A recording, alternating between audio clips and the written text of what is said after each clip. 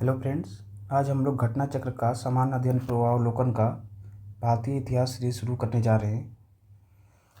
परीक्षा के दृष्टिकोण से ये काफ़ी महत्वपूर्ण है, तो चलिए शुरू करते हैं। फर्स्ट क्वेश्चन है, रॉबर्ट ब्रूस फूट थे। ब्रूस फूट थे, ये क्या थे ये? तो ऑप्शन होगा ए एंड बी, भूगर्भ वैज्ञानिक और पुरातत्वविद। इंसाइक्लोपीडिया ब्रिटानिका के अनुसार रॉबर्ट ब्रूस फूट ब्रिटिश भूगर्भ वैज्ञानिक और पुरातत्वविद थे। जियोलॉजिकल सर्वे से संबद्ध रॉबर्ट ब्रूस फूट ने 1863 में भारत में पाषाणकालीन बस्तियों के अन्वेषण की शुरुआत की।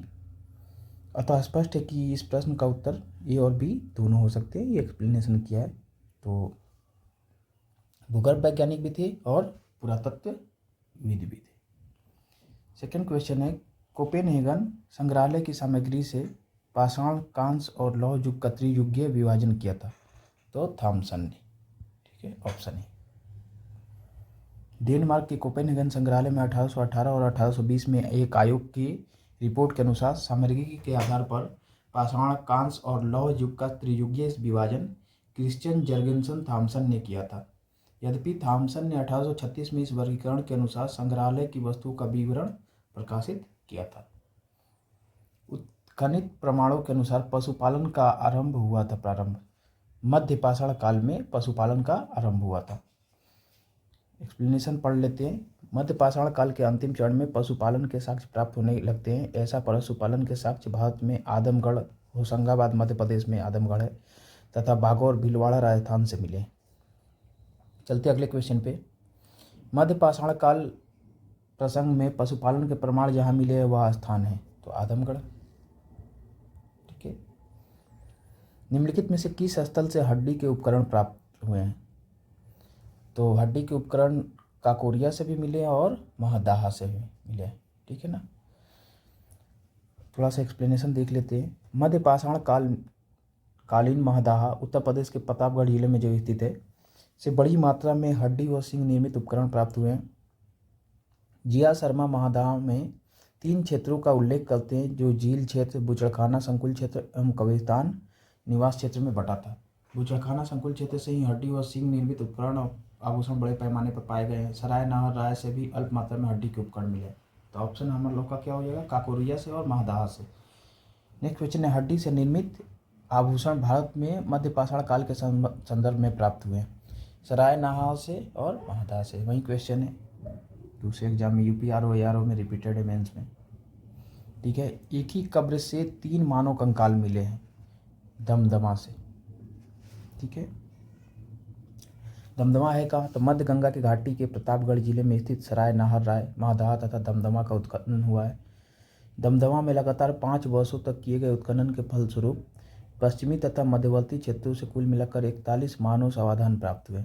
इन समाधानों में, इन 100 में से 5 समाधान युग्म समाधान है, मतलब जोड़े।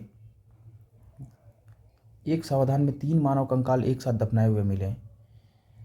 शेष समाधानों में एक एक कंकाल मिले। तो अपना ऑप्शन क्या हो जाएगा? दमदमा से। एक ही कब्र से 3 मानव कंकाल मिले। ठीक है। चलते अपने नेक्स्ट क्वेश्चन पे। खाद्यान्न की कृषि सर्वप्रथम प्रारंभ हुई थी, तो 9 पाषाण काल में। 9 पाषाण काल में कृषि सर्वप्रथम हुआ था। तो खाद्यान्नों का उत्पादन सर्वप्रथम 9 पाषाण काल में हुआ था। यह वही समय जब मनुष्य कृषि कर्म से परिचित हुआ। तो जब भी कोई पूछे क्वेश्चन में कृषि कब प्रारंभ हुई थी, तो 9 पाषाण काल में। भारत में मानव का सर्वप्रथम साक्ष्य कहाँ मिलता है? तो ऑप्शन है डी, नर्मदा घाटी में। भारत में मानव का सर्वप्रथम साक्ष्य मध्य प्रदेश के पश्चिमी नर्मदा क्षेत्र में अवस्थित हथनौरा, जो होशंगाबाद नामक पूरा स्थल है, वहाँ से प्राप्त होता है। खोजा किसने था? तो पुरातत्वविद अरुण सोनकिया द्वारा 5 दिसंबर 1982 में किया गया था खोज। ठीक है। नेक्स्ट क्वेश्चन है, प्रथम मानव जीवाश्म भारत की किस नदी घाटी से प्राप्त हुआ था? तो ऑप्शन होगा सी, नर्मदा घाटी से।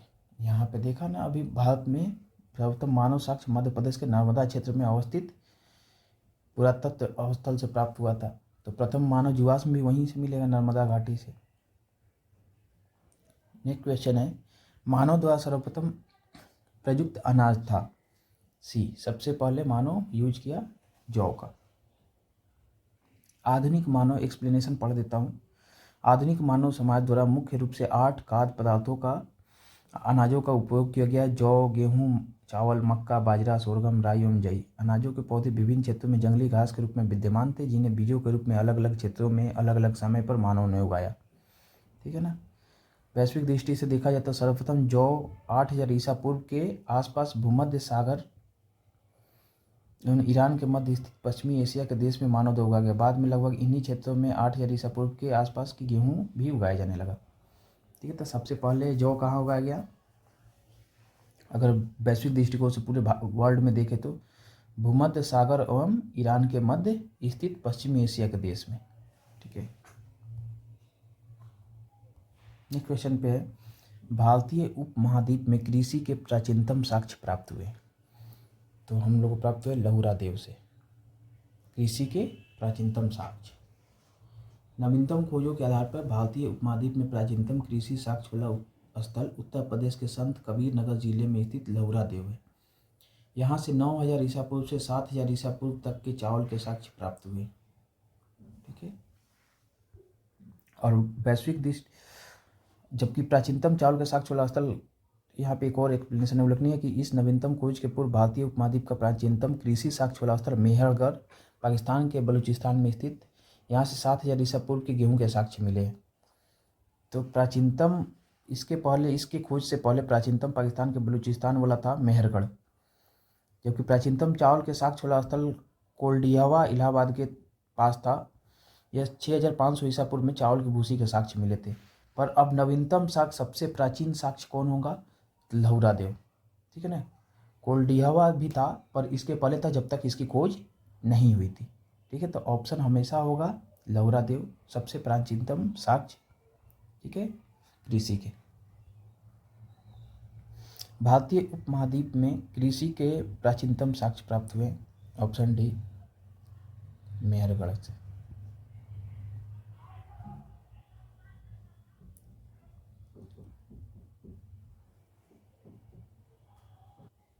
देखिए यहाँ पे मेहरगढ़ ऑप्शन में क्यों होगा, यहाँ हम लोग पढ़े हैं लहुरा देव। ठीक है ना, ये सबसे प्राचीनतम है, पर यहाँ पे ऑप्शन में लहुरा देव नहीं है, तो ऑप्शन है मेहरगढ़। और मेहरगढ़ क्या था? इसके पहले तो प्राचीनतम यही था।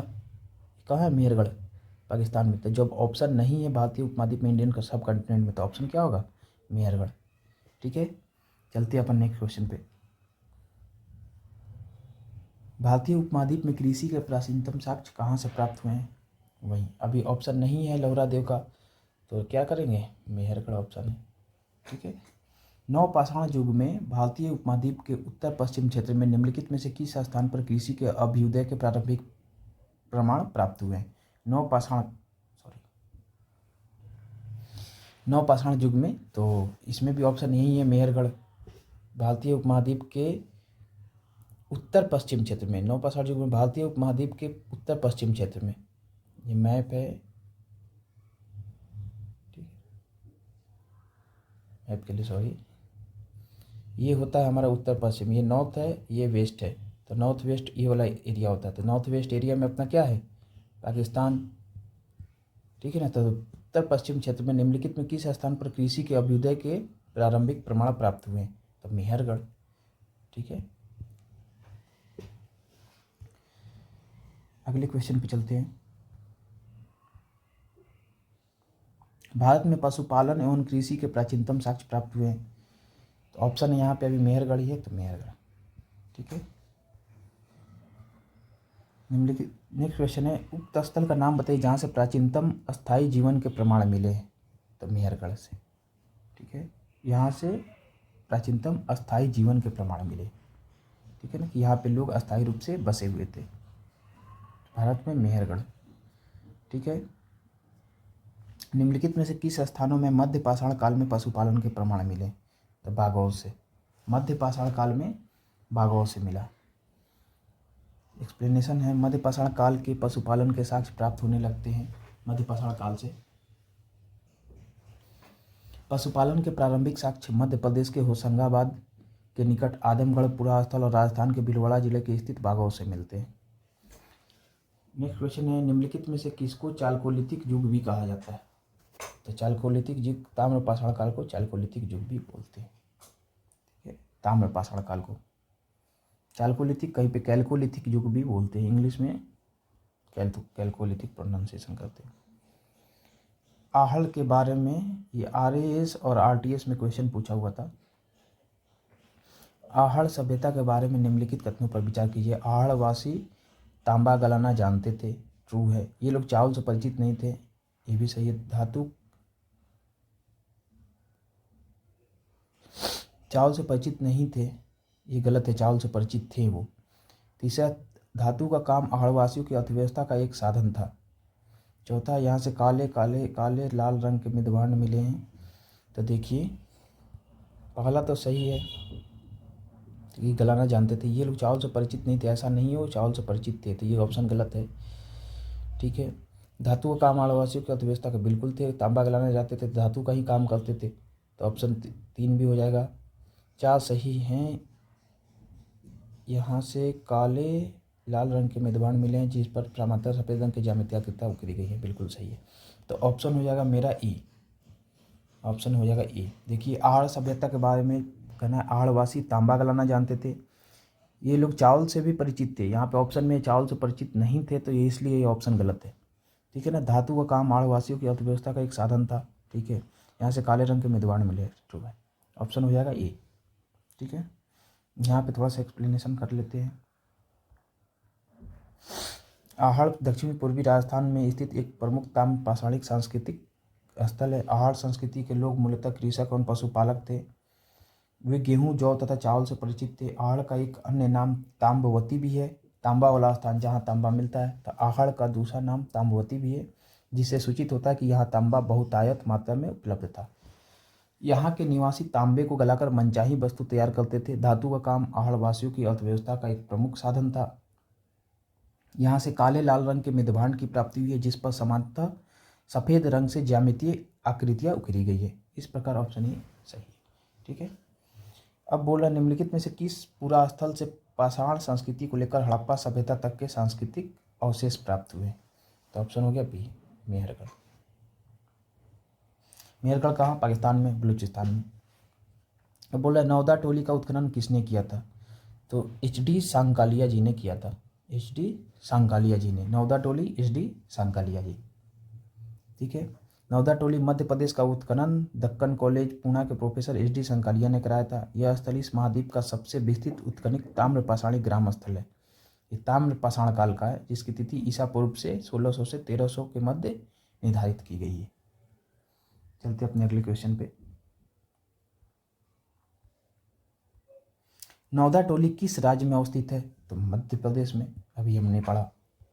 ठीक है, बृहद पाषाण काल स्मारकों की पहचान की गई है, तो मृतक को दफनाने के स्थान के रूप में। ठीक है, अभी इसको थोड़ा सा पढ़ लेते हैं। नवपाषाण युगीन दक्षिण भारत में शवों के विभिन्न प्रकार की समाधियों में दफनाने की परंपरा विद्यमान थी। इन समाधियों को जो विशाल पाषाण खंड से निर्मित है, बृहद पाषाण काल या मेगालिथ के नाम से जानते हैं। ठीक है ना, विशाल, इन समाधियों को जो विशाल पाषाण खंडों से निर्मित है, बृहद पाषाण या मेगालिथ के नाम से जानते हैं। इनके विभिन्न प्रकार जैसे शिष्ट समाधि, pit circle, cairn circle, dolmen, umbrella stone, wood stone, कंदराए, मेहिर इत्यादि। ठीक है, तो ऑप्शन है मृतक को दफनाने के स्थान पर। नेक्स्ट क्वेश्चन है, राख का टीला निम्नलिखित में से किस नवपाषाणिक स्थल से संबंधित है? तो ये ऑप्शन हो जाएगा संगन कल्लू। राख का टीला कर्नाटक में मैसूर के पास बेल्लारी जनपद में स्थित संगन कल्लू नामक नवपाषाणी काल पुरास्थल से राख के टीले प्राप्त हुए। ठीक है, अब भीमबेटका किसके लिए प्रसिद्ध है? तो बहुत फेमस क्वेश्चन है, आसान भी है। गुफाओं के शैल चित्र के लिए। ठीक है ना, इसकी गुफाओं में चित्र उकेरे गए हैं। ठीक है ना, ये मध्य प्रदेश में अवस्थित है भीमबेटका। ठीक है, तो मध्य प्रदेश के रायसन में स्थित भीमबेटका का प्रागैतिहासिक शैल चित्रकला का श्रेष्ठ उदाहरण है। इन गुफाओं में जीवन के विविध रंगों के पेंटिंग के रूप में उकेरा गया, जिसमें हाथी, सांबर, हिरण इत्यादि के चित्र उपलब्ध है। अब तक 700 शरण स्थलियों की पहचान की जा चुकी, जिसमें से 133 में से चित्र पाए गए। ठीक है, निम्नलिखित में से कौन सा प्राग ऐतिहासिक चित्रकला के लिए प्रसिद्ध है? तो प्राग ऐतिहासिक चित्रकला, यही क्वेश्चन है भीमबेटका, पाला, अजंता, भीमबेटका। ऑप्शन है बाघ, अमरावती। तो कौन सा ऑप्शन हो जाएगा यहाँ पे? भीमबेटका। ठीक है। भीमबेटका की गुफाएं कहाँ स्थित है? तो अब्दुलगंज, यहाँ पे ऑप्शन है अब्दुलगंज, रायसेन ये पे, और कहाँ पे? ये मध्य प्रदेश में,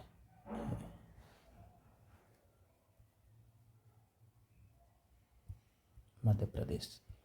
ठीक है। नेक्स्ट क्वेश्चन, भारत में किस शिलाश्रय से सर्वाधिक चित्र प्राप्त हुए? तो भीमबेटका से। निम्नलिखित में से किस भारतीय पुरातत्ववेत्ता ने पहली बार भीमबेटका गुफा को देखा और उसके शैल चित्रों के प्रागैतिहासिक महत्व को खोजा? ठीक है। तो भीमबेटका की गुफा को, वहाँ पे चित्र को किसने खोजा था? SD संकालिया जी। इसका एक्सप्लेनेशन पहले भी हम लोग पढ़े हैं। मध्य प्रदेश के रायसेन जिले में स्थित भीमबेटका प्राग ऐतिहासिक शैल चित्रकला का श्रेष्ठ उदाहरण है। इसकी खोज 1957 में हुई थी। कौन? BS वाकंकर ने की थी। ठीक है।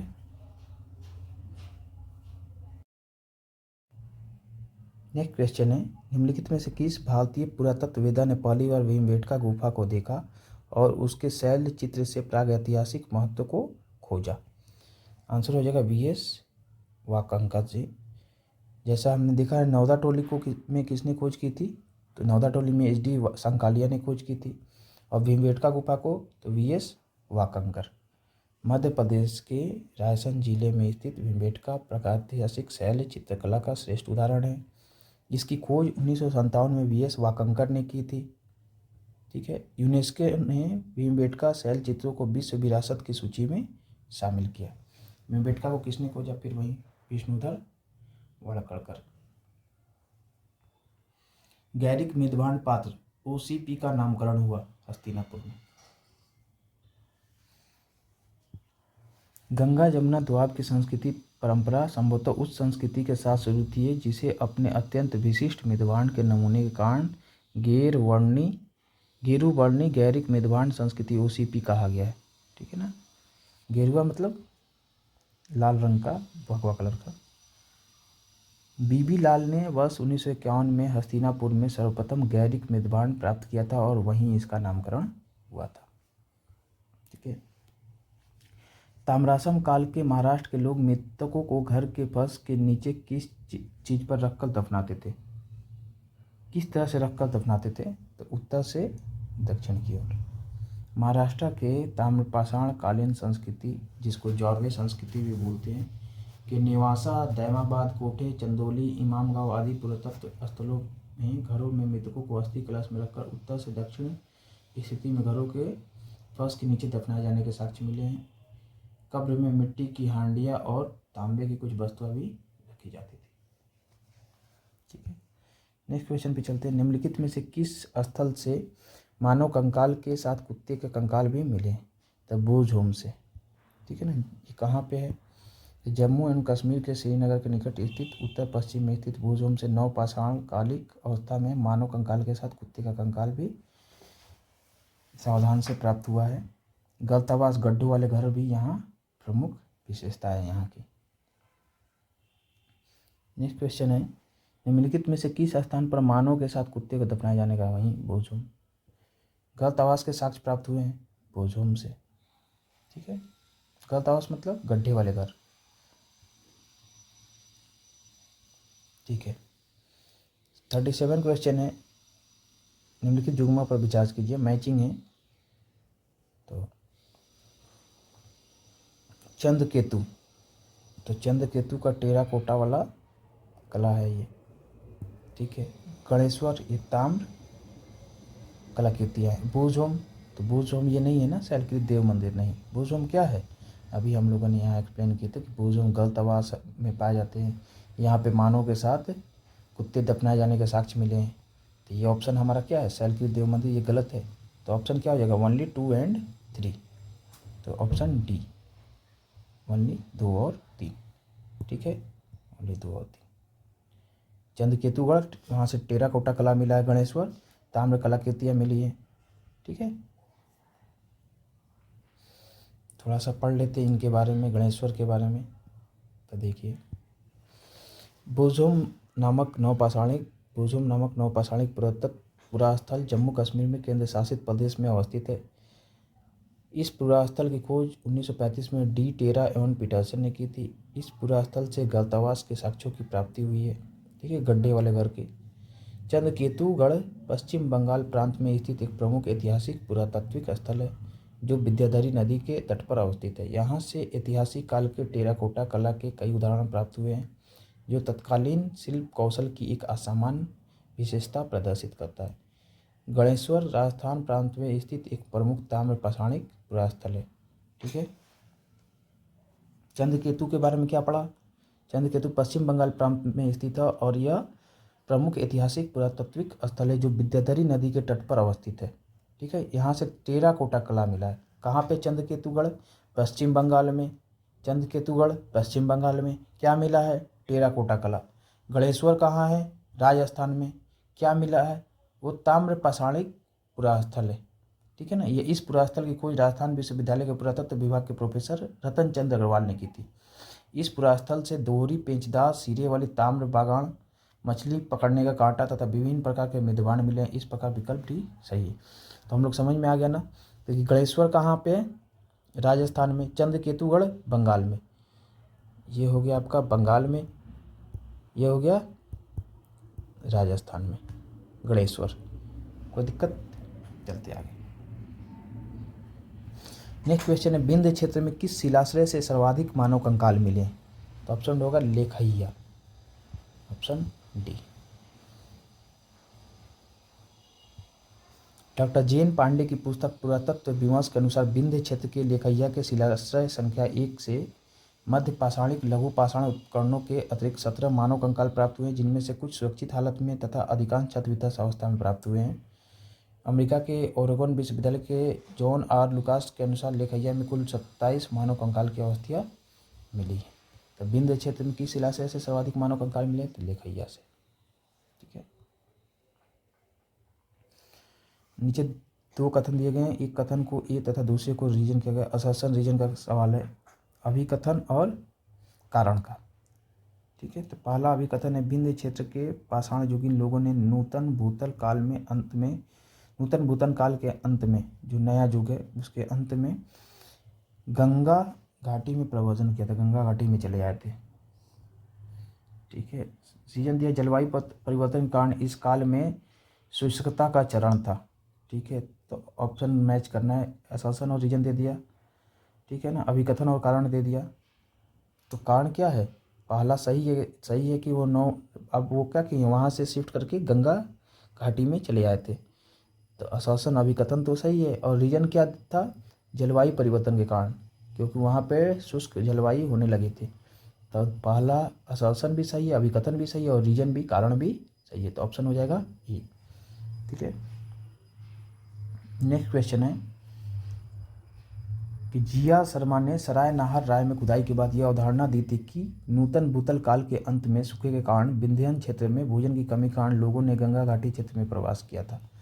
ठीक है ना, ये एक्सप्लेनेशन जिया शर्मा ने बताया था ये कि सरायगढ़ नाहर राय में खुदाई के बाद यह अवधारणा थी कि नूतन भूतल काल के अंत में सूखे के कारण विंध्याचल क्षेत्र में भोजन की कमी के कारण लोगों ने गंगा घाटी क्षेत्र में प्रवास किया था। यहाँ पे आपको और अच्छे समझ में आया कि ये क्या था, शुष्कता, ड्राई हो गया था, मतलब सूखा पड़ गया था। ठीक है, तो लोग गंगा घाटी की तरफ प्रवेश कर गए थे। भारतीय पुरातत्व सर्वेक्षण निम्नलिखित विभागों में से किसका संलग्न काजल है? तो संस्कृति का। ठीक है, संस्कृति मंत्रालय। भारतीय पुरातत्व सर्वेक्षण आर्कियोलॉजिकल सर्वे ऑफ इंडिया संस्कृति मंत्रालय के अधीन एक विभाग है। नेक्स्ट क्वेश्चन है, भारतीय पुरातत्व का जनक किसे कहा जाता है? तो भारतीय पुरातत्व का जनक अलेक्जेंडर कनिंघम को कहा जाता है, अलेक्जेंडर कनिंघम। ठीक है, अलेक्जेंडर कनिंघम 1814 से 1893, इनकी जन्म 1814-1893 में इनकी डेथ हुई थी। वो एक ब्रिटिश सेनाधिकारी के रूप में बंगाली इंजीनियर्स के साथ काम करने के लिए तैनात किया गया। उन्हें ही भारतीय पुरातत्व के जनक के रूप में जाना जाता है। याद रखेंगे इसको, अलेक्जेंडर कनिंघम को भारतीय पुरातत्व के जनक के रूप में जाना जाता है। नेक्स्ट क्वेश्चन है, राष्ट्रीय मानव संग्रहालय कहाँ पर स्थित है? तो सी भोपाल में स्थित है। ठीक है। राष्ट्रीय मानव संग्रहालय जिसका नाम बदलकर इंदिरा गांधी राष्ट्रीय मानव संग्रहालय कर दिया गया है, भोपाल मध्य प्रदेश में स्थित है। यह भारत सरकार के संस्कृति विभाग के अंतर्गत स्वायत्त शासी संगठन है, मतलब इंडिपेंडेंट है। ठीक है। अब आते हैं यहाँ पे सिंधु सभ्यता एवं संस्कृति दे रखा है, कुछ नोट्स दे रखे हैं, इसको आप लोग पढ़ लेंगे। मैं जूम आउट कर देता हूँ, जूम इन कर देता हूँ यहाँ पे। ठीक है, पॉज करके पढ़ लेंगे, क्वेश्चन पे चलेंगे।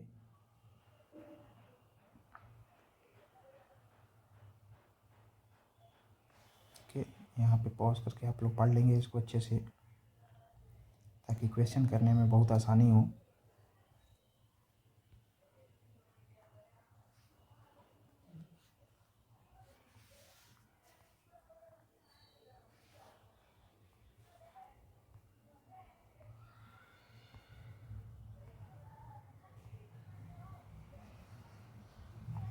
तो हम लोग चलते हैं क्वेश्चन पे। अब पहला क्वेश्चन है यहाँ से सिंधु सभ्यता के बारे में। मानव समाज विलक्षण है क्योंकि यह मुख्यतः आश्रित होता है किस पे? अर्थव्यवस्था पर। ठीक है। नेक्स्ट क्वेश्चन है, देखिए एक्सप्लेनेशन थोड़ा सा दे रखा है। मानव समाज विलक्षण या विशिष्ट होता है क्योंकि यह मुख्यतः अर्थव्यवस्था पर आश्रित होता है। अर्थव्यवस्था में जैसे जैसे परिवर्तन होता है वैसे वैसे समाज परिवर्तन होता है, जैसे खाद्य संग्राहक, कृषि उत्पादन, उद्योग इत्यादि। अर्थव्यवस्था में जैसे जैसे परिवर्तन होता गया सामाजिक व्यवस्था उसी के अनुरूप बदलती गई। संस्कृति, धर्म, विज्ञान आदि अर्थव्यवस्था में उत्पादन के साधनों में परिवर्तन के अनुसार ही परिवर्तित होते रहते हैं। ठीक है। तो हड़प्पा निम्नलिखित में से किस सभ्यता से संबंधित है? तो सिंधु घाटी सभ्यता। ठीक है। एक्सप्लेनेशन है, हड़प्पा नामक पुरातत्व स्थल सिंधु घाटी सभ्यता से संबंधित है। इस सभ्यता का प्रथम पुरातात्विक प्रमाण हड़प्पा से प्राप्त होने के कारण सिंधु सभ्यता भी कहा जाता है, या कारण सिंधु सभ्यता को हड़प्पा सभ्यता भी कहा जाता है। कालानुक्रम की दृष्टि से यह सभ्यता मिस्र और मेसोपोटामिया की प्राचीन सभ्यताओं के समकालिक थी। मतलब जब वो एग्जिस्ट करते थे जिस समय, उस समय ये भी थे। मेसोपोटामिया और मिस्र की जो सभ्यता थी उसी समय हड़प्पा की भी सभ्यता थी। सिंधु सभ्यता संबंधित है तो आद्य ऐतिहासिक युग से। ठीक है। सिंधु सभ्यता आद्य ऐतिहासिक काल की सभ्यता है क्योंकि यहाँ पर लेखन कला का ज्ञान तो है, लेकिन आद्य ऐतिहासिक कला क्या बोलते हैं? लेखन कला का ज्ञान है पर उसको अभी पढ़ा नहीं जा सकता, अतः इतिहास निर्माण में इसका प्रयोग नहीं किया जा सकता। सिंधु घाटी की सभ्यता गैर आर्य थी, क्यों? वह नगरीय सभ्यता थी। ठीक है। आर्य क्या थे? ग्रामीण सभ्यता। ठीक है ना। सिंधु घाटी की सभ्यता गैर आर्य मुख्य रूप से इसलिए थी क्योंकि वह नगरीय सभ्यता थी, जबकि आर्य सभ्यता ग्रामीण सभ्यता थी। ठीक है ना। सिंधु घाटी सभ्यता को आर्यों से पूर्व की रखे जाने का महत्वपूर्ण कारण है। सिंधु घाटी की सभ्यता को आर्यों से पूर्व, मतलब आर्यों से पहले क्यों रखा गया? तो उसके 4 कारक है। लिपि, नगर नियोजन, तीसरा तांबा, चौथा मेदभांड। तो ऑप्शन हो जाएगा यहाँ पे मेदभांड। सिंधु घाटी सभ्यता के लिपि ज्ञान और नगर नियोजन के आदि के संदर्भ में प्रारंभिक आर्यों से अधिक विकसित थी। सिंधु घाटी की सभ्यता का लिपि ज्ञान और नगर नियोजन आर्यों से अधिक विकसित थी। पुरातात्विक साक्ष्यों में अलग अलग काल में पाए गए मेदभांड ही सिंधु घाटी सभ्यता को आर्यों से पूर्व का सिद्ध करते। काले रंग की आकृतियों से चित्रित लाल मेदभांड, जहाँ मेदभांड मतलब मिट्टी के बर्तन, जहाँ हड़प्पा सभ्यता से संबंधित है, वहीं धूसर व चित्रित धूसर मेदभांड जो बाद के आर्यों से संबंधित माने गए। ठीक है ना। तो काले रंग की आकृतियों के साथ चित्रित लाल मेदभांड, लाल काले रंगों की आकृतियों से चित्रित लाल कलर के मिट्टी के बर्तन है, उस पर काले रंग से चित्र बनाए गए हैं। तो वो किससे संबंधित है? हड़प्पा सभ्यता थे। सिंधु सभ्यता हड़प्पा सभ्यता से। और जो धूसर चित्रित है, धूसर मेदभांड है जो बाद के हैं, वो आर्यों से संबंधित माने गए। ठीक है। नेक्स्ट क्वेश्चन है कि सिंधु घाटी संस्कृति वैदिक सभ्यता से भिन्न थी, क्यों? तो इनके पास क्वेश्चन है, इनके पास विकसित शहरी जीवन की सुविधा थी, सही बात है, वो तो ग्रामीण थे आर्य। इसके पास चित्रलेखीय लिपि थी, ट्रुथ है, सही है। इसके पास लोहे और रक्षा शास्त्रों के ज्ञान का अभाव था। सही बात है, लोहा और रक्षा शास्त्रों का ज्ञान का अभाव था। तो उपयुक्त क्या हो जाएंगे सभी, ऑप्शन डी। ठीक है, एक्सप्लेनेशन फिर वही है। सिंधु घाटी संस्कृति वैदिक सभ्यता के अनेक बातों में भिन्न थी। सिंधु घाटी सभ्यता नगरीय थी जबकि वैदिक सभ्यता ग्रामीण थी। सिंधु सभ्यता की लिपि भाव चित्रात्मक थी। वैदिक सभ्यता के लोग लोहे तथा रक्षा शास्त्रों के ज्ञान से युक्त थे। वैदिक सभ्यता जो आर्य की सभ्यता थी, उनको लोहे का पता था और रक्षा शस्त्रों के ज्ञान से वो युक्त थे, जबकि सिंधु घाटी की सभ्यता में लोहे के ज्ञान का अभाव था। नेक्स्ट क्वेश्चन है, हड़प्पा संस्कृति की जानकारी का मुख्य स्रोत क्या है? तो हड़प्पा संस्कृति की जानकारी का मुख्य स्रोत है पुरातात्विक खुदाई। खुदाई से हम लोग को हड़प्पा संस्कृति के बारे में जानने को मिला है। नेक्स्ट क्वेश्चन है, निम्नलिखित में से कौन सा सिंधु घाटी के सभ्यता पर प्रकाश डालता है? तो सिंधु घाटी का सभ्यता प्रकाश डालता है पुरातत्व संबंधी खुदाई। सिंधु घाटी के निवासियों की सभ्यता को जानने का मूल स्रोत है वहाँ पाई गई मोहरों के कारण हम लोग उसकी सभ्यता को जान पाते हैं। वो मूल स्रोत है हम लोग का जानने का, ऑप्शन है ए। ठीक है, एक्सप्लेनेशन है, सिंधु सभ्यता से संबंधित विभिन्न पुरास्थलों की खुदाई के फलस्वरूप वहाँ से प्राप्त 3000 से अधिक मोहरें इस सभ्यता के विषय में जानकारी के महत्वपूर्ण साधन है। मोहरों पर अंकित चित्रों के माध्यम से सिंधु सभ्यता के विभिन्न कार्यकलापों एवं विश्वासों पर प्रकाश पड़ता है। अगला आरएएस और आरटीएस के क्वेश्चन है। हड़प्पा सभ्यता की उत्पत्ति के संदर्भ में निम्नलिखित में से कौन सा जोड़ा सही नहीं है? ये कुछ पुरातत्वविद हैं जिन्होंने हड़प्पा सभ्यता के बारे में कहा था। तो एम फरीक मुगल बोल रहे हैं कि हड़प्पा, यहाँ पे ऑप्शन दे रखा है कि हड़प्पा, इन्होंने बोला था ऐसा कि हड़प्पा सभ्यता ने मेसोपोटामिया सभ्यता से प्रेरणा ली, ये गलत है। ठीक है, तो सही नहीं है, तो सही नहीं है, तो यही सही नहीं है। EJ मैके सुमेर के लोगों का पलायन सही है। पश्चिमी एशिया से सभ्यता के विचार का प्रवसन, ठीक है। हड़प्पा सभ्यता का उद्भव पूर्व हड़प्पा सभ्यता की परिपक्वता के परिणाम स्वरूप हुआ था, अम्लारान घोष ने। तो इसके एक्सप्लेनेशन एक बार पढ़ते हैं कि हड़प्पा सभ्यता की उत्पत्ति के संदर्भ में अनेक विद्वानों ने अलग अलग मत प्रस्तुत किए हैं। ठीक है, JH मैके का मानना है कि हड़प्पा सभ्यता की उत्पत्ति सुमेर, दक्षिणी मेसोपोटामिया का नाम सुमेर इन्होंने दिया इंडियन नेम में, से लोगों के प्रवासन के कारण हुआ। ठीक है, इन्हीं के समरूप प्रवासन के सिद्धांत के इतिहासवाद DH गार्डन तथा मार्टिमर व्हीलर का मानना है कि हड़प्पा सभ्यता की उत्पत्ति पश्चिमी एशिया के सभ्यता के विचार के प्रवासन के कारण हुई थी। इस संदर्भ में अम्लानंद घोष का विचार है कि हड़प्पा सभ्यता का उद्भव पूर्व हड़प्पा सभ्यता की परिपक्वता के परिणाम स्वरूप हुआ। Stuart Piggott, Fairservis, George F. Dales and Rafique Mughal आदि विद्वान स्थानीय उत्पत्ति के सिद्धांत को मान्यता देते हैं। एम रफीक मुगल का मानना है कि हड़प्पा सभ्यता का विकास रावी नदी के क्षेत्र में हड़प्पा में हुआ। ठीक है ना, एम फरीक ने बोला था कि रावी नदी के क्षेत्र में हड़प्पा में हुआ था। इन्होंने इस पुरानी मान्यता का खंडन किया है कि हड़प्पा सभ्यता ने पश्चिमी मेसोपोटामिया सभ्यता से प्रेरणा ली थी। इन्होंने बोला था एम रफीक मुगल ने कि रावी नदी के कारण विकास हुआ था, रावी नदी के। तो यहाँ पे ये दे रखा ऑप्शन है, हड़प्पा सभ्यता में ने मेसोपोटामिया सभ्यता से प्रेरणा ले, ये गलत है। एम रफीक मुगल ने ऐसी बातें नहीं बोली थी। ठीक है, इसको मैच करना है कि किसकी खोज कौन से किया था। हड़प्पा, हस्तिनापुर, तक्षशिला, चौथा ऑप्शन है कौशाम्बी। यहाँ से देखते हैं हम लोग। ठीक है, तो पहला ऑप्शन है आपका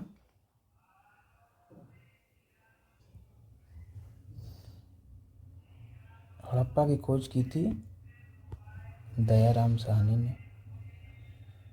ठीक है ना, हस्तिनापुर की खोज की थी कौशाम्बी, सॉरी डॉक्टर BB लाल ने। ठीक है, और तक्षशिला की खोज जॉन मार्शल।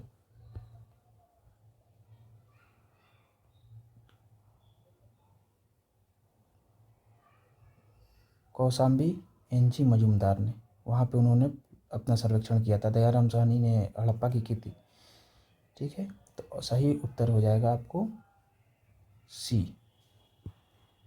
3 4 2 1।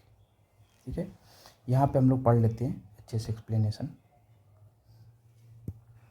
कि हड़प्पा दयाराम साहनी ने की थी को। ठीक है, 1923-24 में वहाँ पे सर्वेक्षण किया था। हस्तिनापुर में बीबी लाल ने, 1950-52 में तक्षशिला में जॉन मार्शल ने, कौशाम्बी एनजी मजूमदार ने। ठीक है, भारत में चांदी की उपलब्धता के प्राचीनतम साक्ष्य मिले तो हड़प्पा संस्कृति में। ठीक है, ऑप्शन ए। हड़प्पा वासियों को चांदी की जानकारी थी। मोहनजोदड़ो और हड़प्पा के निवासियों के मध्य इसके विधिवत प्रयोग के साक्ष्य मिले हैं। ये लोग राजस्थान के जावर और अजमेर खानों से चांदी प्राप्त करते रहे होंगे। इनको चांदी वहाँ से मिला, राजस्थान के जावर और अजमेर के खानों से। हड़प्पा में मिट्टी के बर्तनों पर सामान्यतः किस रंग का प्रयोग हुआ है? तो हड़प्पा में लाल रंग का प्रयोग है, जैसा कि हम लोगों ने पहले भी पढ़ा है। ठीक है, तो प्रारंभिक हड़प्पा सभ्यता में पैर से चालित चाक का प्रयोग किया जाता था। सभ्यता की परिपक्व अवस्था में हाथ से चालित चालकों का प्रयोग किया जाने लगा। जब डेवलप हो गया सोसाइटी तो हाथ से चलाने वाले चाकू का प्रयोग किया गया, जिससे बर्तन बनाते, चाक मिट्टी के बर्तन बनाते। डिजाइन के आधार पर इन बर्तनों की दो श्रेणियां थी, एक तो बिना डिजाइन वाले बर्तन की तथा दूसरे चित्रित मृदभांड की। दूसरे पे डिजाइन था। तो मृदभांडों को बनाने वाली मिट्टियों में रेत का मिश्रण किया जाता था, जिनको पकाने पर यह हल्के भूरे लाल रंग के रूप ग्रहण कर लेते थे। इन मृदभांडों के ऊपरी हिस्से में लाल रंग की पुताई कर दी जाती थी तथा निचले हिस्से में काले रंग से विभिन्न प्रकार की चित्रकारी की जाती थी। ठीक है, तो हड़प्पा के मिट्टी के बर्तनों पर सामान्यतः किस रंग का उपयोग हुआ था? रेड कलर का, लाल का। अब आते हैं, क्वेश्चन है मूर्ति पूजा का आरंभ कब माना जाता है? ठीक है, तो ये प्री आर्यन पीरियड में। ठीक है, एक्सप्लेनेशन है मूर्ति पूजा का प्रारंभ पूर्व आर्य काल से माना जाता है। सैंधव सभ्यता में मूर्ति पूजा प्रचलित थी। इसके उदाहरण अनेक सैंधव पुरास्थलों से प्राप्त मातृ देवी की मृण मूर्तियाँ तथा मोहरों पर प्राप्त चित्र से। तो ये आर्यों से पहले ही मूर्ति पूजा की जाती थी। ठीक है ना, हड़प्पा में भी ये चीज़ें प्रचलित थी। सैंधव सभ्यता, हड़प्पा सभ्यता में भी प्रचलित थी। ठीक है, मातृ देवी की वहाँ से मूर्तियाँ मिली हुई हैं। निम्नलिखित पशुओं में से किसी एक का हड़प्पा संस्कृति में पाई मोहरों और टेराकोटा कलाकृतियों के निरूपण नहीं हुआ था। किसका निरूपण नहीं हुआ था? तो गाय का निरूपण नहीं हुआ था। हड़प्पा संस्कृति के मोहरों एवं टेराकोटा कलाकृतियों में गाय का चित्र नहीं मिलता, जबकि हाथी, गंडा, बाघ, हिरण, भेड़ आदि के संकलन मिलते हैं। गाय को महत्व वैदिक काल में प्राप्त हुआ था। ठीक है, हड़प्पा से गाय की कलाकृतियाँ नहीं पाई गई। निम्नलिखित में से कौन सा एक हड़प्पा स्थल नहीं है? तो हड़प्पा स्थल सोहगौरा नहीं है, चहुंदड़ो है, कोट दीजी है, ये है देसलपुर है। पढ़ लेते हैं कहाँ कहाँ कौन है। सोहगौरा उत्तर प्रदेश के गोरखपुर के राप्ती नदी के किनारे अवस्थित एक गांव है। यहाँ से मौर्यकालीन ताम्रपत्र का अभिलेख मिला है। ठीक है ना, ये मौर्यकालीन है सोहगौरा। ठीक है, ये मौर्यकालीन है। और चहुंदड़ो, कोटदीजी और देसलपुर तीनों हड़प्पा सभ्यता से जुड़े नगर थे। चन्हुदड़ो और कोटदीजी वर्तमान पाकिस्तान के सिंध प्रांत में तथा देसलपुर गुजरात राज्य के कच्छ में स्थित है। ठीक है ना, ये और कोटदीजी दोनों पाकिस्तान में और देसलपुर गुजरात इंडिया में। नेक्स्ट क्वेश्चन है, सुमेलित करना है, तो इसकी यहाँ से एक्सप्लेनेशन देख लेते हैं। ऑप्शन होगा यहाँ पे, पहले तो क्वेश्चन ही नहीं पढ़ पाए पूरा। क्वेश्चन देख सकते हैं कंप्लीट। लोथल गोदी, लोथल होता है गोदीवाड़ा। कालीबंगन जूता हुआ खेत। ठीक है, धौलावीरा हड़प्पन लिपि के बड़े आकार के 10 चिन्हों वाला एक शिलालेख। अब बनौली से हल की प्राप्ति हुई है। ठीक है, तो ऑप्शन हो जाएगा अपना बी, 2 1 4 3 ये वाला। ठीक है, एक्सप्लेनेशन पढ़ लेते हैं। ये आईएएस के प्री में पूछा हुआ क्वेश्चन है। प्रश्नगत हड़प्पा सभ्यता के स्थलों में से खंभात की खाड़ी के निकट लोथल से गोदीबाड़ा के साक्ष्य मिले। राजस्थान के हनुमानगढ़ जिले के घग्गर नदी के किनारे स्थित कालीबंगा से जुटे हुए खेत के साक्ष्य मिले हैं।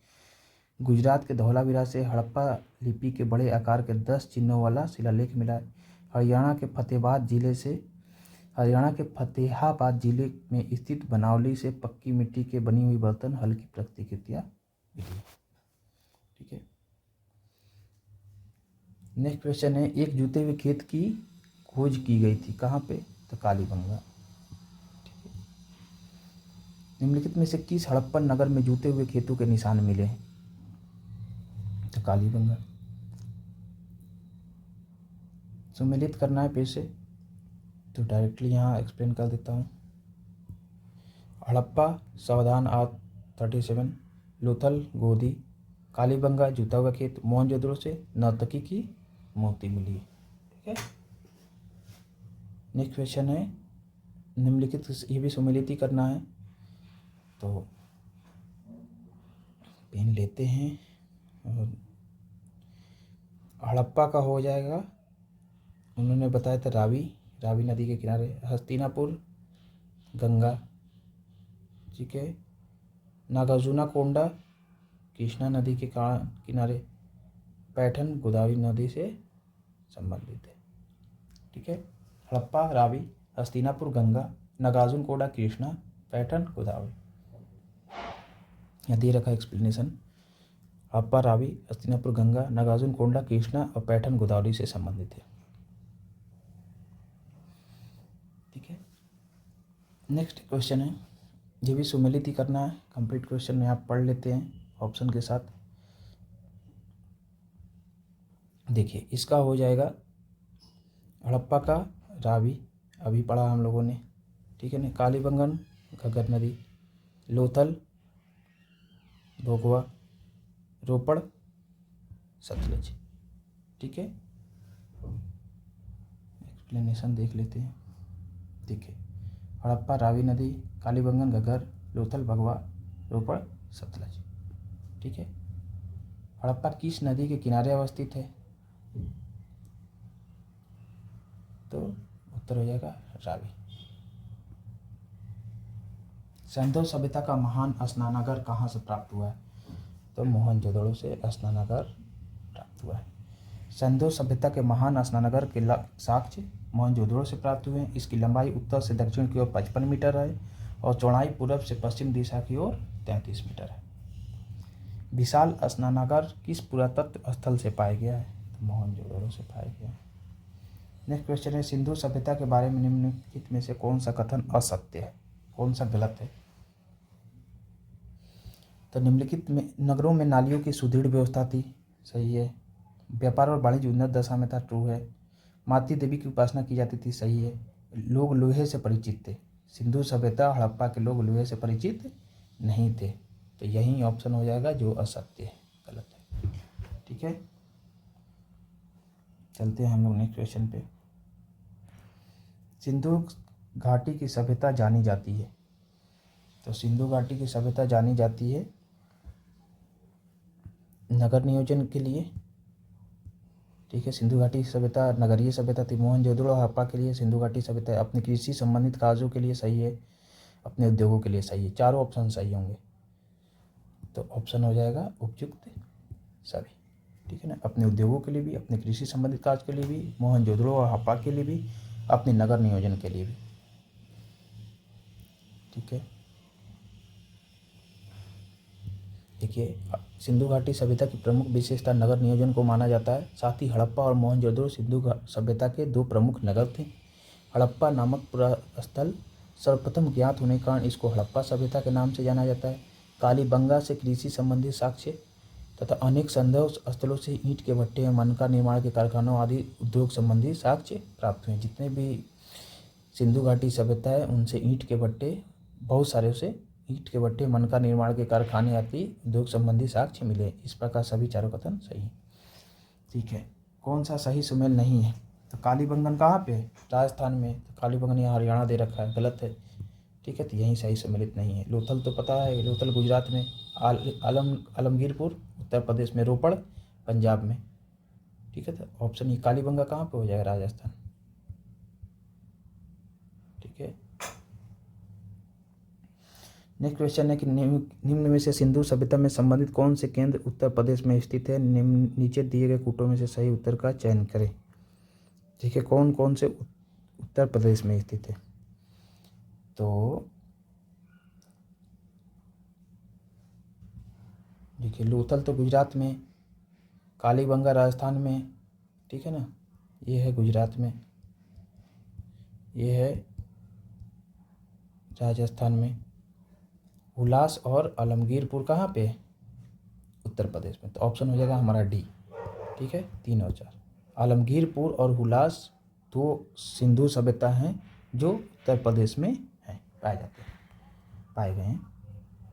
ठीक है, चलते हैं नेक्स्ट क्वेश्चन पे। देखिए, यहाँ एक्सप्लेनेशन कर दिया कि कालीबंगा राजस्थान में, गुजरात, लोथल गुजरात में है। ठीक है, आलमगीरपुर उत्तर प्रदेश के मेरठ जिले में है और हुलास सहारनपुर जिले के में स्थित है। अतः स्पष्ट इसका अब इष्ट उत्तर विकल्प। ठीक है ना, आलमगीरपुर कहाँ है? आलमगीरपुर उत्तर प्रदेश के मेरठ जिले में। हुलास कहाँ है? तो सहारनपुर जिले में, उत्तर प्रदेश के सहारनपुर जिले में। ठीक है, नेक्स्ट क्वेश्चन है, हड़प्पा संस्कृति के स्थल व उसकी संबंधी निम्नलिखित जुगनों में से कौन सा एक सही सुमेलित नहीं है? तो राखी गढ़ी तो हरियाणा में है, तो राखी गढ़ी यहाँ पे दे रखा राजस्थान में। देखिए, बनावली हरियाणा में है, सही है। आलमगीरपुर उत्तर प्रदेश में, सही है। दैमाबाद महाराष्ट्र में, सही है। राखी गढ़ी ये हरियाणा में। ठीक है ना, तो ऑप्शन हो जाएगा यही सही सुमेलित नहीं। नेक्स्ट क्वेश्चन पे चलते हैं। सूची 1 में सूची को सुमेलित कीजिए। ठीक है,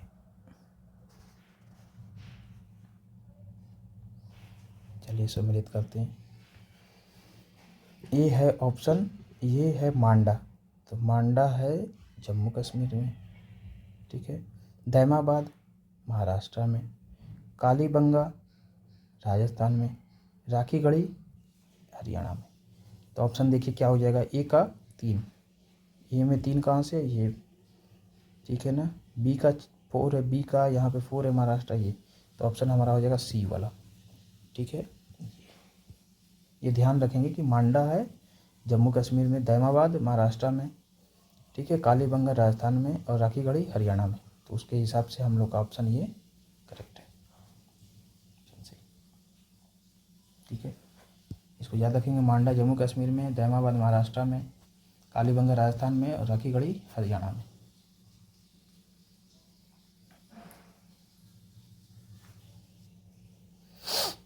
चलिए नेक्स्ट क्वेश्चन देखते हैं।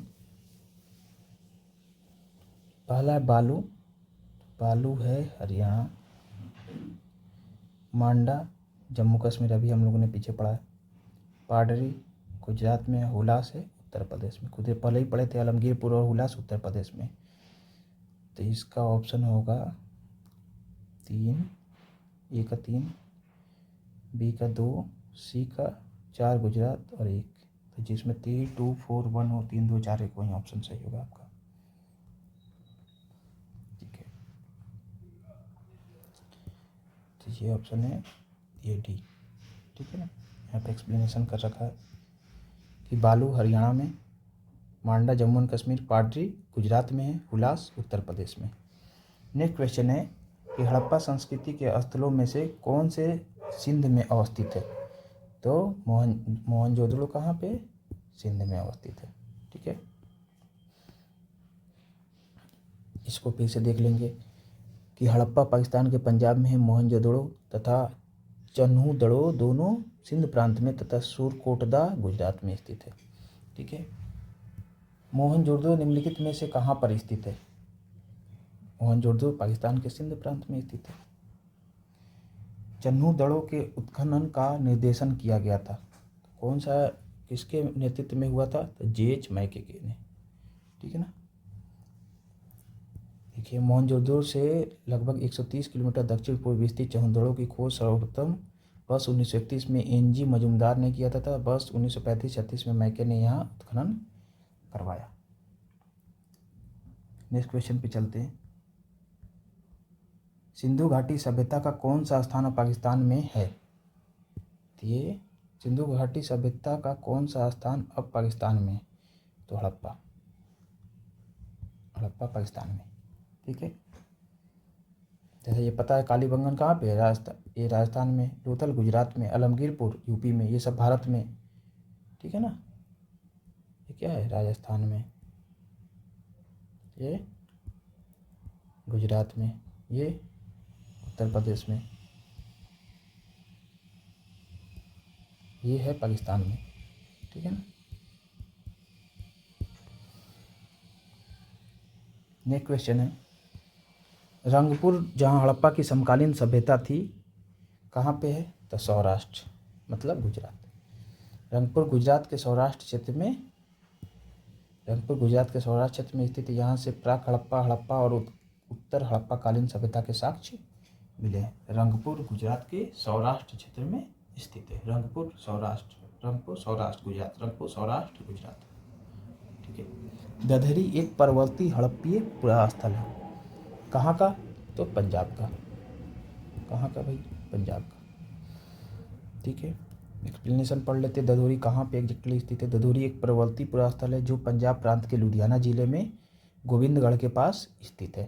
ठीक है, दधेरी एक पर्वतीय पुरास्थल है जो पंजाब प्रांत के लुधियाना जिले में गोविंदगढ़ के पास स्थित है।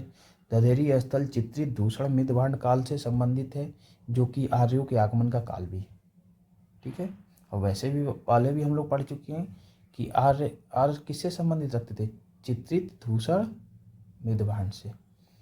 और लाल वाले से कौन संबंधित रखते थे? तो लाल वाले संबंधित रखते थे हमारा सिंधु वाले, सिंधु घाटी सभ्यता वाले। ठीक है ना, सिंधु घाटी सभ्यता वाले। अब बोल रहा है सिंधु सभ्यता का कौन सा स्थान भारत में स्थित है?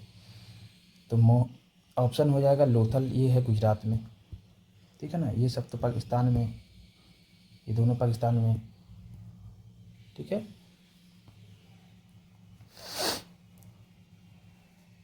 सिंधु सभ्यता से संबंधित लोथल नामक पुरातत्व स्थल गुजरात के अहमदाबाद जिले के भोगवा नामक नदी के तट पर सारागवल गांव के समीप स्थित है। हड़प्पा और मोहनजोदड़ो पाकिस्तान में स्थित है। ठीक है, वह हड़प्पीय नगर जिसका प्रतिनिधित्व लोथल का पुरातत्व स्थल करवाता है किस नदी पर है? तो लोथल का भोगवा नदी, अभी यहाँ पे पढ़े हैं। ठीक है, ये देख लेंगे, भोगवा नदी है, लोथल भोगवा नदी के किनारे। ठीक है, लोथल है कहाँ? गुजरात में। तो हड़प्पीय नगर लोथल गुजरात के अहमदाबाद नगर जिले में भोगवा नदी के किनारे स्थित है। ध्यान रखेंगे, लोथल है गुजरात में, किस नदी के किनारे? तो भोगवा नदी के किनारे। यहाँ की सर्वाधिक महत्वपूर्ण उपलब्धि क्या है? हड़प्पाकालीन बंदरगाह। ठीक है, लोथल में बंदरगाह मिले हैं। कब के?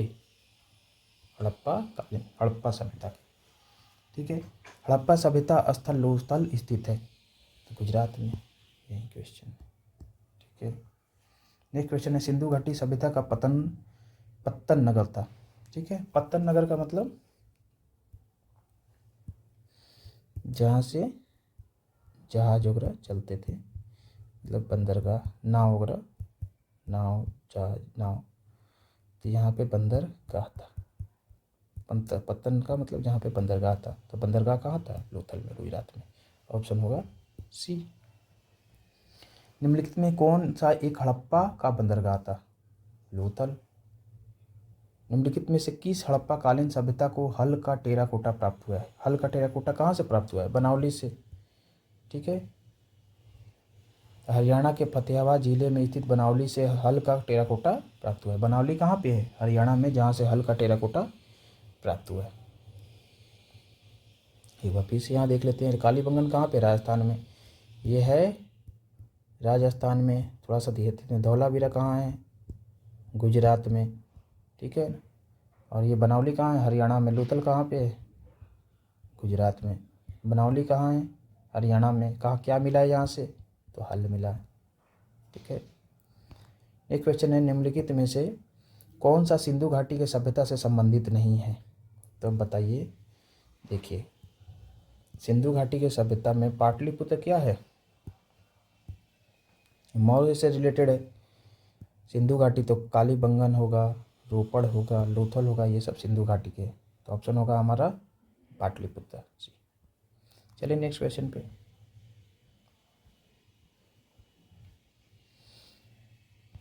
देखिए, कालीबंगन, रोपड़ तथा लोथल सिंधु घाटी सभ्यता से स्थित है, जबकि पाटलिपुत्र महाजनपद कालीन का एक प्रमुख नगर है। पाटलिपुत्र कहाँ? बिहार में। नेक्स्ट क्वेश्चन है, भारत में हड़प्पा का बृहद स्थल है। तो हड़प्पा का बृहद स्थल कहाँ पे? सबसे बड़ा स्थल भारत में राखी गढ़ी है। कहाँ स्थित है? तो हरियाणा में। तो हरियाणा के हिसार जिले में अवस्थित राखी गढ़ी है। तो राखी गढ़ी कहाँ है? हरियाणा में। जिला कौन सा? तो हिसार। ठीक है। मोहनजोदड़ो, हड़प्पा और कनवेरी वाला पाकिस्तान तथा राखी गढ़ी एवं धौलावीरा भारत हड़प्पा सभ्यता के 5 बृहद स्थलों की श्रेणी में आते हैं। भारत का सबसे बड़ा हड़प्पन स्थल है। भारत का सबसे बड़ा हड़प्पन स्थल क्या है? राखी गढ़ी। ठीक है। यहाँ पे वही क्वेश्चन, भारत में हड़प्पा का बृहद स्थल, सबसे बड़ा स्थल राखी गढ़ी। सेम क्वेश्चन, भारत का सबसे बड़ा हड़प्पन स्थल राखी गढ़ी। ठीक है। स्थापित सिंधु घाटी सभ्यता जिन नदियों के तट पर बसी थी वे थी। अब देखिए, जिन नदियों के तट पर थी, तो सिंधु घाटी सभ्यता सिंधु नदी के तट पे थी, चेनाब पे भी थी, ठीक है, और झेलम पर भी थी। ठीक है। गंगा पे सिंधु घाटी सभ्यता नहीं थी, ये इस पे नहीं थी। तो ऑप्शन हमारा क्या हो जाएगा? 1, 2, सिंधु, चेनाब और झेलम। तो ऑप्शन क्या है? सिंधु, चेनाब और झेलम, 1, 2, 3। ठीक है ना। ध्यान रखेंगे, गंगा पे सिंधु घाटी सभ्यता नहीं थी। गंगा नदी के किनारे सिंधु नदी के किनारे थी, चेनाब नदी के किनारे थी और झेलम के किनारे थी। ठीक है। देखिए, स्थापित सिंधु घाटी की सभ्यता का विस्तार उत्तर में झेलम नदी के पूर्वी तट से दक्षिण में जमुना की सहायक नदी हिंडन के तट तक माना जाता है।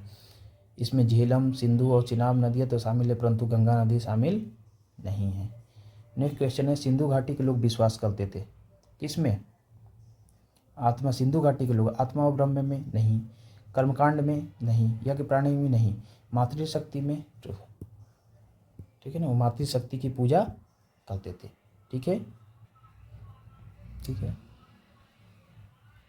यहाँ इसका एक्सप्लेनेशन दे रखा है, तो आप पढ़ लेते हैं। सिंधु सभ्यता की लिपि जो अभी तक पढ़ी नहीं जा सकी है, इस कारण उन लोगों के धार्मिक विश्वास के बारे में निश्चित तौर पर कुछ नहीं कहा जा सकता। उत्खनन में प्राप्त स्त्री मूर्तियों की बहुलता से मातृशक्ति की उपासना का अनुमान लगाया जाता है। पुरुष आकृतियों से शिव की पूजा अनुमानित होती है। अग्निकुंड या यज्ञ वेदिका भी प्राप्त हुई हैं। मृतकों के साथ दैनिक उपयोग की वस्तुओं के दफनाने से आत्मा में विश्वास का भी अनुमान लगाया जाता है। ठीक है ना। फिर भी कई विद्वान इन्हें मुख्यतः मातृशक्ति का उपासक मानते हैं, लेकिन निश्चित तौर पर इस प्रश्न का उत्तर नहीं दिया जा सकता। तो ऑप्शन होगा क्या हमारा? मातृशक्ति होगा। अब 4 ऑप्शन दिया, 4 में से मातृशक्ति एक ऑप्शन है, तो मातृशक्ति ही लिखेंगे। सिंधु घाटी के लोग पूजा करते थे किसकी? पशुपति की। ठीक है ना, पशुपति की पूजा करते थे। सिंधु घाटी के लोग पशुपति शिव की पूजा करते थे। इसका प्रमाण मोहनजोदड़ो से प्राप्त एक मोहर है जिस पर जोगी की आकृति बनी हुई है। तो सिंधु घाटी के लोग पशुपति शिव की पूजा करते थे। कैसे पता? तो मोहनजोदड़ो से प्राप्त एक मोहर है जिस पे क्या है? एक योगी की आकृति बनी हुई है। ठीक है। नेक्स्ट क्वेश्चन है, मोहनजोदड़ो और हड़प्पा की पुरातात्विक खुदाई के प्रभारी थे। तो सर जॉन मार्शल। मोहनजोदड़ो और हड़प्पा की खुदाई के प्रभारी कौन थे? Sir John Marshall. भारतीय पुरातत्व सर्वेक्षण विभाग के महानिदेशक सर जॉन मार्शल के निर्देश पर वर्ष 1921 में दयाराम साहनी ने हड़प्पा तथा वर्ष 1922 में राखालदास बनर्जी ने मोहनजोदड़ो के टीला का पता लगाया था। ठीक है ना, इनका निर्देशन था। और 1921 में इनके निर्देशन में 1921 में दयाराम साहनी ने हड़प्पा और 1922 में राखालदास बनर्जी ने मोहनजोदड़ो के टीलों का पता लगाया था। ठीक है ना। तो प्रभारी कौन थे? John Marshall. ठीक है ना। खोज करने वाले कौन थे हड़प्पा की 1921 में? दयाराम साहनी। और मोहनजोदड़ो का राखालदास बनर्जी। चलते हैं नेक्स्ट क्वेश्चन पे। सिंधु घाटी सभ्यता को खोज निकालने में जिन दो भारतीयों का नाम जुड़ाए हुए हैं, अभी इस क्वेश्चन से ही क्लियर हो गया आपको। देखिए यहाँ सिंधु घाटी सभ्यता को खोज निकालने में दो भारतीयों का नाम जुड़ा है, तो 1921 में दयाराम साहनी, 1922 में राखालदास बनर्जी। तो ऑप्शन क्या हो जाएगा? ये दयाराम साहनी और राखालदास बनर्जी। सही सम्मिलित करना है, हड़प्पा दयाराम साहनी, ये तो सही तो है। देखता हूँ आगे क्या क्वेश्चन है।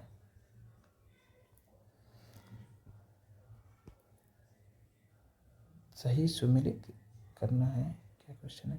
सही सुमेलित नहीं है, ठीक है।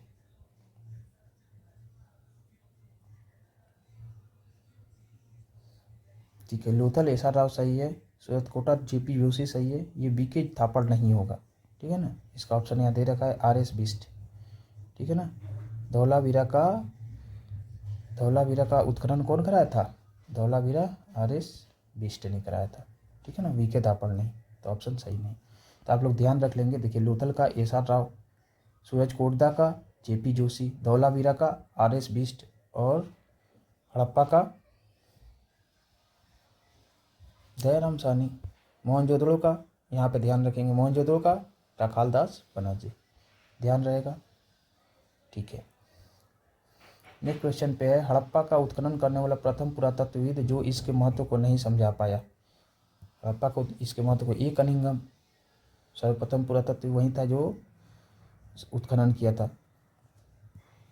ए कनिंघम महोदय ने भारतीय उपमहाद्वीप के ऐतिहासिक महत्व के टीलों की खोज की थी, किंतु वह हड़प्पा के टीलों के महत्व को नहीं समझा सके थे, ठीक है। निम्नलिखित में से कौन हड़प्पा और मोहनजोदड़ो के उत्खनन से संबंधित नहीं थे? तो देखिए आर डी बनर्जी ने वहाँ उत्खनन पे रिसर्च की है, सर्च। के एन दीक्षित, एन बस, ये तीनों हैं। बी ए स्मिथ जो हैं ये नहीं थे, ठीक है ना। यहाँ पे एक्सप्लेनेशन थोड़ा सा पढ़ते हैं। 1921 में दयाराम साहनी ने हड़प्पा का सर्वेक्षण कराया था। बस 1926 में माधव स्वरूप वत्स हड़प्पा के सर्वेक्षण से संबंधित रहे हैं। मोहनजोदड़ो की खोज सर्वप्रथम 1922 में राखालदास बनर्जी ने की तथा इसके पुरातात्विक महत्व को की ओर ध्यान आकर्षित किया। इनके अतिरिक्त कुछ अन्य विद्वान K N Dikshit, Ernest Mackay, R L नेस्टीन, A S Ghosh, JP Joshi आदि ने भी सभ्यता की खोज में महत्वपूर्ण योगदान दिया, जबकि स्पष्ट है कि बी ए स्मिथ हड़प्पा सभ्यता की खोज से संबंधित नहीं रहे, बल्कि ये भारतविद तथा कला इतिहासकार के रूप में प्रसिद्ध थे, ठीक है ना। तो बी ए स्मिथ हड़प्पा से संबंधित नहीं रहे हैं, एन दीक्षित रहे, अर्नेस्ट रहे हैं, आर एल स्टीन रहे हैं, ए घोष रहे हैं, जेपी जोशी, सब ने हड़प्पा की सभ्यता की खोज में महत्वपूर्ण योगदान दिया है, ठीक है ना। राखालदास बनर्जी के बारे में तो अभी हम लोगों ने पढ़ा, ठीक है। सिंधु सभ्यता की विकसित अवस्था के बाद निम्नलिखित में से किस स्थलों में से घरों में कुओं के अवशेष मिले? ठीक है, सिंधु सभ्यता की विकसित अवस्था में निम्नलिखित में से किस स्थल से घरों में कुएं के अवशेष मिले? तो कालीबंगा में लगभग सभी घरों में कुएं थे, तो ऑप्शन हो जाएगा हमारा बी, कालीबंगा लगभग सभी घरों में वहाँ पे कुएं थे। आइए एक्सप्लेनेशन भी देख लेते हैं थोड़ा। ये है जय नारायण पांडे की पुस्तक पुरातत्व विमर्श के पृष्ठ संख्या 386 2020 संस्करण के अनुसार सिंधु सभ्यता के अधिकांश नगरों में लगभग प्रत्येक घर में निजी कुएं और स्नानागार होते थे, ठीक है। पानी के निकास के लिए नालियों की व्यवस्था थी। रामशरण शर्मा की पुस्तक आर्य शर्मा की प्राचीन भारत के इतिहास के पृष्ठ संख्या 78 के अनुसार कालीबंगा में प्राय सभी घरों में कुएं थे, ठीक है ना। आर्य शर्मा का बुक है, हिस्ट्री के उसमें दे रखा है, आप तो पढ़ लेना कि कालीबंगा में प्राय सभी घरों में कुएं थे। नेक्स्ट क्वेश्चन है, निम्नलिखित में से सही भारत में निम्नलिखित के आने का सही कालानुक्रम क्या है? ठीक है ना। वो सबसे पहले कौन आया? सबसे पहले क्या हुआ? तो नगर संस्कृति थी, फिर लोहे का हल, फिर चांदी का सिक्के, ठीक है, तब लास्ट में सोने का सिक्का है। सबसे पहले नगर संस्कृति थी, बाद में निम्नलिखित के आने का। नगर की संस्कृति किस में? हड़प्पा की। फिर लोहे का हल, ये आर्य के समय में, ये हड़प्पा के समय में, ये हड़प्पा के बाद आर्य, ठीक है। फिर उसके बाद चांदी के हड़प्पा के लोगों के पास थे, फिर तब लास्ट में सोने के। तो सबसे पहले 4, फिर 3, फिर 2, फिर 1 ऑप्शन होगा आपके 4 3 2 1, 4 3 2 1 डी। ठीक है,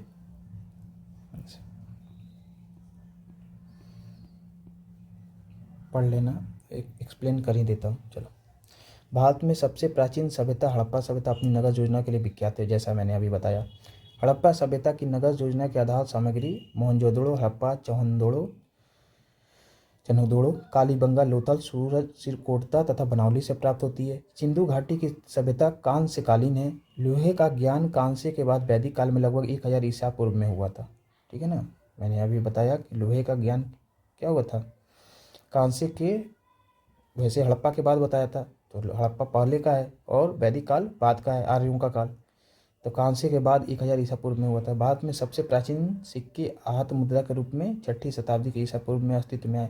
सबसे पहले भारत में सोने के सिक्के हिंद यवन शासकों 2य शताब्दी ईसा पूर्व, मतलब 200 BC में, ईसा से 200 साल पहले जारी की, जिसकी संख्या कुषाण काल में बढ़ी। तो भारत में सबसे पहले सोने के सिक्का हिंद और यवन में आए, हिंद यवन शासकों के समय में 200 BC में, जिनकी संख्या कुषाण काल में है। कुषाण का जब शासन काल आया तो इनकी संख्या बढ़ी, मतलब ज़्यादा मुद्रा प्रकाशित किए गए। ठीक है ना, तो ऑप्शन हो जाएगा, आपको समझ में आया ये बातें कि नगद संस्कृति पहले ही हड़प्पा का, उसके बाद से आर्यों का काल आया, लोहे का काल, उसके बाद चांदी के सिक्के आए, फिर उसके बाद सोने के सिक्के आए। ठीक है, अब नेक्स्ट क्वेश्चन है कि सर्वप्रथम मानव ने निम्न धातु का उपयोग किया था। तो कौन सा धातु का उपयोग किया था? तो तांबा का प्रयोग सबसे पहले किया था। ठीक है, सर्वप्रथम मानव द्वारा तांबा धातु का उपयोग किया गया। विश्व के विभिन्न भागों में इसके प्रयोग की तिथि में पर्याप्त अंतर है। सर्वप्रथम वैसे उपयोग किया गया तांबा का। ठीक है, हाथी दांत का पैमाना हड़प्पीय संदर्भ में मिलता है, हड़प्पीय संदर्भ में मिलता है। कहाँ से? लोथल से हाथी दांत मिलता है। आइए नेक्स्ट क्वेश्चन पे चलते हैं। हड़प्पा कालीन स्थलों में से अभी तक किस धातु की प्राप्ति नहीं हुई है? तो हड़प्पा से लोहा नहीं मिला है, लोहा तो आर्यकाल का था। ठीक है ना, एक्सप्लेनेशन पढ़ लें। हड़प्पा सभ्यता एक कांस्य युगीन सभ्यता थी। यहाँ से तांबा, कांसा, स्वर्ण, चांदी आदि धातुएं तो मिली है, परंतु लोहे की प्राप्ति नहीं हुई है। वस्तुतः हड़प्पा कालीन लोग लोहे से परिचित नहीं थे। भारत में लौह युग का प्रारंभ उत्तर वैदिक काल लगभग 1000 ईसा पूर्व से माना जाता है। ठीक है, नेक्स्ट क्वेश्चन पे चलते हैं। भारत में कौन सा स्थल घग्गर और उसकी सहायक नदियों के घाटी में स्थित है? तो बनौली। बनौली कहाँ पे? घग्गर और उसकी सहायक नदियों के किनारे स्थित है। ठीक है, हरियाणा में स्थित बनौली नामक हड़प्पाई स्थल घग्गर और उसकी सहायक नदियों की घाटी में स्थित है। ठीक है, निम्नलिखित में से कथनों पर विचार कीजिए और ऑप्शन मिले। MPPCS प्री का क्वेश्चन है। ठीक है, बोल रहा है कि मोहनजोदड़ो, हड़प्पा, रोपड़ और कालीबंगन सिंधु सभ्यता घाटी के प्रमुख स्थल है। सही है, मोहनजोदड़ो भी सिंधु में घाटी की सभ्यता है, हड़प्पा भी है, रोपड़ भी है और कालीबंगा, ये सब सिंधु घाटी सभ्यता के प्रमुख स्थल है। ट्रुथ है तो है। सेकेंड है, हड़प्पा के लोगों ने सड़कों तथा नालियों के जाल के साथ नियोजित शहर का विकास किया था। बिल्कुल सही है। हड़प्पा के लोगों को धातुओं का उपयोग का पता नहीं था। धातु का उपयोग का पता तो था, तभी तो उन्होंने तांबा का ही उपयोग किया ना, वहाँ से चांदी भी मिला है। हाँ? तो हड़प्पा के लोगों का धातु का उपयोग का पता था। ये ऑप्शन गलत है, पता नहीं था, ये ऑप्शन गलत है। तो ऑप्शन कौन कौन सा सही है? 1 और 2। तो ये हो जाएगा हमारा आंसर, 1 और 2 सही है। आई बात समझ में? नेक्स्ट क्वेश्चन पे चलते हैं, थोड़ा एक्सप्लेनेशन देख लेते हैं। हड़प्पा, मोहनजोदड़ो, रोपड़, ये सब कालीबंगा सिंधु घाटी सभ्यता के प्रमुख स्थल है। सिंधु सभ्यता में सड़कें एक दूसरे को समकोण पर काटती एक्सपोर्ट प्रणाली थी। सड़कों के दोनों किनारों पर पक्की नालियाँ बनाई जाती थीं, जिन्हें बड़ी ईंटों अथवा पत्थर के टुकड़ों से ढका जाता था। ठीक है, इस समय सोने या चांदी के आभूषण बनाए जाते थे। तांबे के साथ टीन मिलाकर कांसा भी तैयार किया जाता था। तो तांबा भी है, ठीक है, मेटल्स में, धातु में सोना भी है, चांदी भी है, और तांबे के साथ टीम का तैयार करके इन्होंने कांसा भी तैयार कर लिया। तो धातु का तो पता था ही, तो हड़प्पा के लोगों को धातु के उपयोग को पता नहीं था, ये बिल्कुल गलत बात है। ठीक है ना।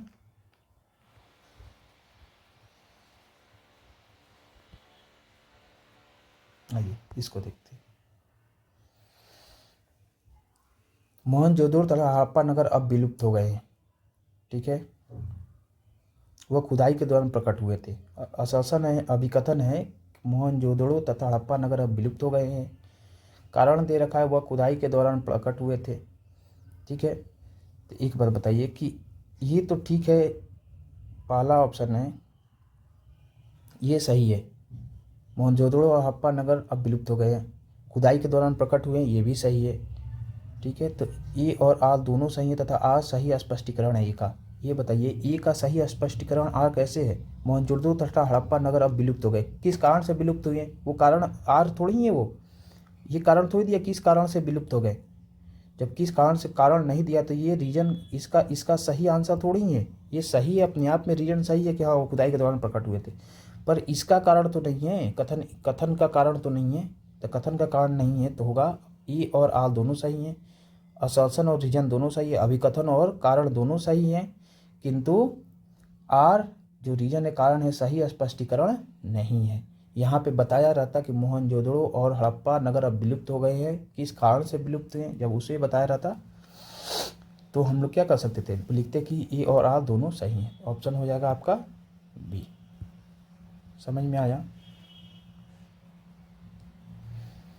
एक्सप्लेनेशन देखते हैं। मोहनजोदड़ो वर्तमान पाकिस्तान के सिंध प्रांत के लड़काना जिले में सिंधु नदी के दाएं तट पर तथा हड़प्पा वर्तमान पाकिस्तान के पंजाब प्रांत के साहिवाल मांटगोमरी जिले में रावी नदी के बाएं तट पर। नगर संदर सभ्यता के 2 प्रमुख नगर थे जिनकी खोज उत्खननों के दौरान क्रमशः रखाल दास बनर्जी तथा दयाराम साहनी ने की थी। वर्तमान में ये नगर मृतप्राय विलुप्त स्थिति में।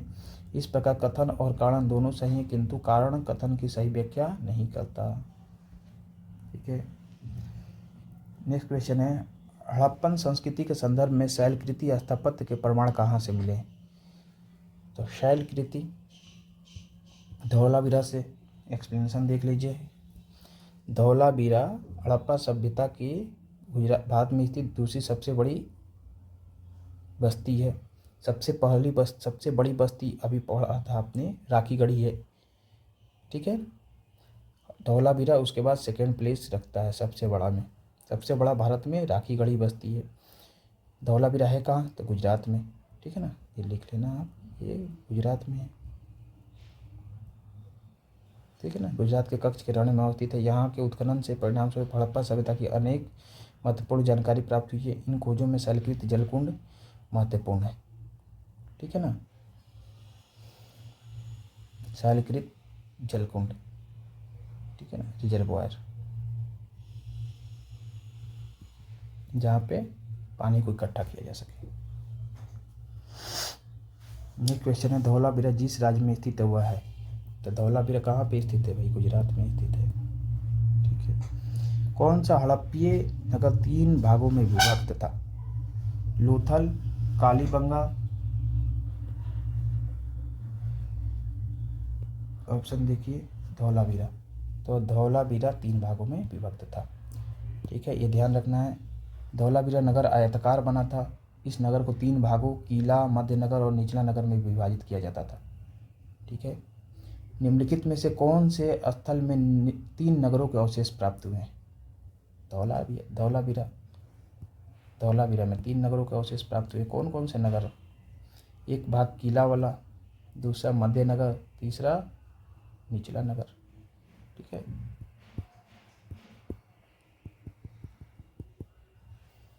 चलिए नेक्स्ट क्वेश्चन पे चलते हैं। निम्नलिखित में से कौन सा प्राचीन नगर अपने उन्नत जल संचयन और प्रबंध प्रणाली के लिए सुप्रसिद्ध है, जहां बांधों की श्रृंखला का निर्माण किया जाता था और संबद्ध जलाशयों में नहर के माध्यम से जल को प्रवाहित किया जाता था? ये धौलावीरा जो गुजरात में। ठीक है, ऑप्शन होगा धौलावीरा।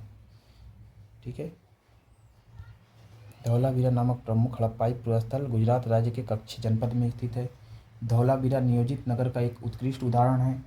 धौलावीरा नगर में अत्यंत नियोजित ढंग से अलग अलग नगरीय आवासीय क्षेत्र में विकसित किए गए थे, जो संभवतः विभिन्न व्यावसायिक गतिविधियों और एक वर्गीकृत समाज पर आधारित थे। यह प्राचीन नगर अपने उन्नत जल संचयन के लिए, ठीक है ना, और प्रबंध प्रणाली के लिए सुप्रसिद्ध है।